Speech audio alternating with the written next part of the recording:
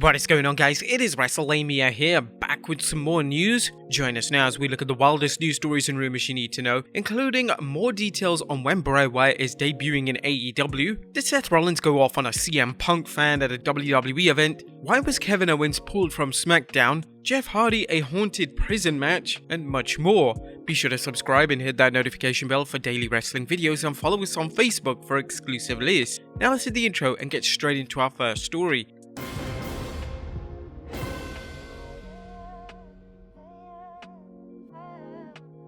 Our first story looks at more rumours on Bray Wyatt's debut in AEW. Atop in the news today is a report from this week's Wrestling Observer newsletter that suggests Wyndham Rotunda, aka the former WWE superstar Bray Wyatt, could not only join AEW, but do so sooner than believed. The Observer is reporting, as far as Wyndham Rotunda, the former Bray Wyatt, it appears it'll be there or AEW. The talk is that it would be on the 29th September Dynamite in Rochester, New York, which is Brody Lee's home city. If not there or soon after, it would likely be here. The Observer's report raises the question of whether Wyatt's non-compete clause is not 90 days long, which is normal for the WWE. But prior to this report, it was believed that Wyatt could not appear anywhere until right before Halloween. Sportskeeda explained how a typical WWE non-compete clause operates. When a superstar gets unexpectedly released from the WWE, he or she has to obey a 90-day non-compete clause. As Bray Wyatt was released on July 31st, his non-compete clause will end on October 29th, after which he can freely compete elsewhere. There have been instances where WWE superstars negotiate a shorter non-compete clause, as well as situations where a clerical error resulted in a release star being able to show up on a rival's television program much sooner than expected. Fans will simply have to sit back and wait to see when Rotunda makes his moves. The bigger question is just what he plans on doing when he shows up back in wrestling. Forbes' Blake Ostreicher had an interesting take on what Rotunda might do if he decides to join the many other ex-WWE superstars who have headed to AEW. The widespread belief is that if Wyatt does end up in AEW, he could take over as the leader of the Dark Order, which would be a natural fit for him given the Dark Order's recent issues on how close Wyatt was to the late Brody Lee, the former leader of the Dark Order. Impact Wrestling might be a better overall fit for Wyatt in part because he's one of the few big fish in a small pond there, but Impact has lost a lot of steam in recent years due largely to the rise of AEW. The Dark Order could use a boost as a group has been floundering since the tragic death of Mr. Brody Lee. There could be some concern though just how some fans might react to Wyatt taking control of the group, and while most fans know the difference between storylines and reality, some might feel AEW is being a little disrespectful. Yes, there are some fans out there that would believe that. Obviously, AEW needs to handle things in a tasteful manner if Wyatt does in fact join AEW and seize power of the Dark Order as its new exalted one. Do you think AEW should consider this storyline or find something else for the former Bray Wyatt to work in? Let us know in the comments down below. But there are also rumours of talks between Wyatt and Impact Wrestling, where the former WWE superstar Braun Strowman is believed to be heading. As we noted in our previous videos, Braun Strowman and Bray Wyatt could move Impact Wrestling's ratings up, but with the show drawing 100,000 viewers, one or both men could move up the ratings up enough where they could perform in front of a large audience such as the WWE or AEW. Strowman and or Wyatt might see this as a challenge, however, and embark on a campaign to try and use their creativity to help Impact grow into something greater than anyone might have imagined. Impact has made some big moves in the past, such as bringing in Hulk Hogan, a number of former NWO members and former WWE superstars, but this will be the promotion's biggest catch in some time. Next up, the reason why Kevin Owens' match was cut from SmackDown. The WWE's return to Madison Square Garden for the 10th September edition of SmackDown was a huge show, with many big matches and angles.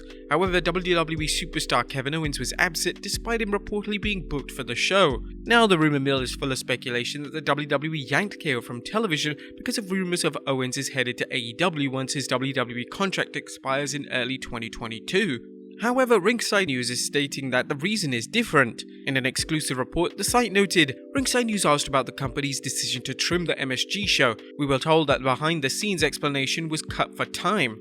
They did point out, you never know if Vince McMahon and Bruce Pritchard have an underlying reason for their decisions. Their call to cut Owens and Corbin's segment could have been motivated by recent reports of the prize fighters' expiring contract, but that was not included in the official reason given backstage. More skeptical fans may shake their head in disbelief and claim that these backstage reports have no validity given the WWE's proclivity towards pettiness. Do you guys think Owens was taken off television because the WWE feels he's leaving the company? KO reportedly wasn't the only superstar who found himself cut due to the time constraints. A match featuring Zelina Vega and Carmella teaming up against Liv Morgan and Toni Storm was also cancelled due to the reported time limitations. Regardless of the WWE's motives towards Owens, the company has to figure out what to do if the former Universal Champion is leaving next year. There is a case to be made that the WWE has two options if Owens is leaving. They can job him endlessly for the next few months like they did with Dean Ambrose, or number two, they can just pull him off television. No matter what it does, there's a strong case to be made that AEW fans will know Owens' past and his status as a prestige performer, no matter how poorly the WWE books him. As fans have seen with Malachi Black, it doesn't take much for a wrestler to connect with an audience and said wrestler to get over so much that the fans don't even remember their past character. Next up, former NXT stars perform on AEW Dark. A report about a recent slate of tapings for AEW Dark shows there's a number of former NXT stars popping up to work a match.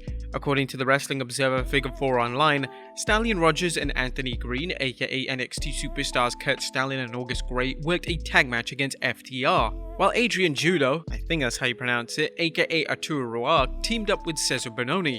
Also seen at the show was Anthony Henry. Next up, did Seth Rollins mock a fan for wearing a CM Punk shirt? Now, Seth Rollins has earned a reputation for being a die-hard loyalist and someone who isn't afraid to throw down on social media in defense of the WWE.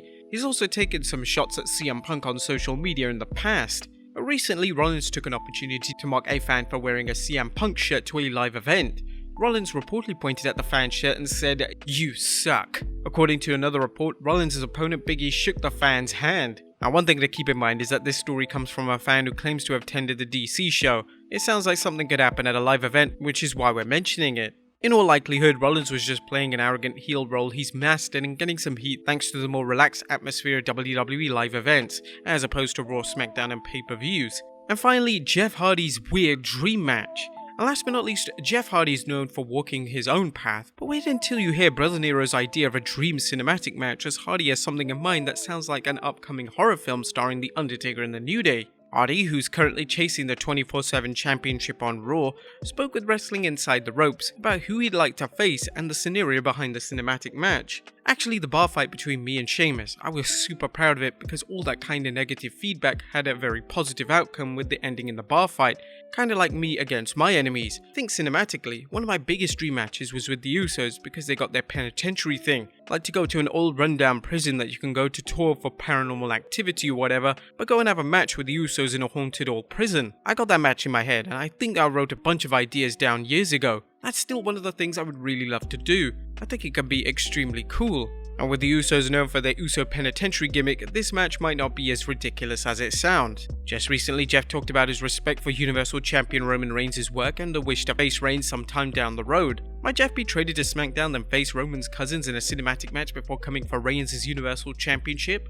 Would you guys like for that to happen? What do you think of Jeff's dream match? Let us know in the comments down below, and I'll see you next time with some more wrestling content.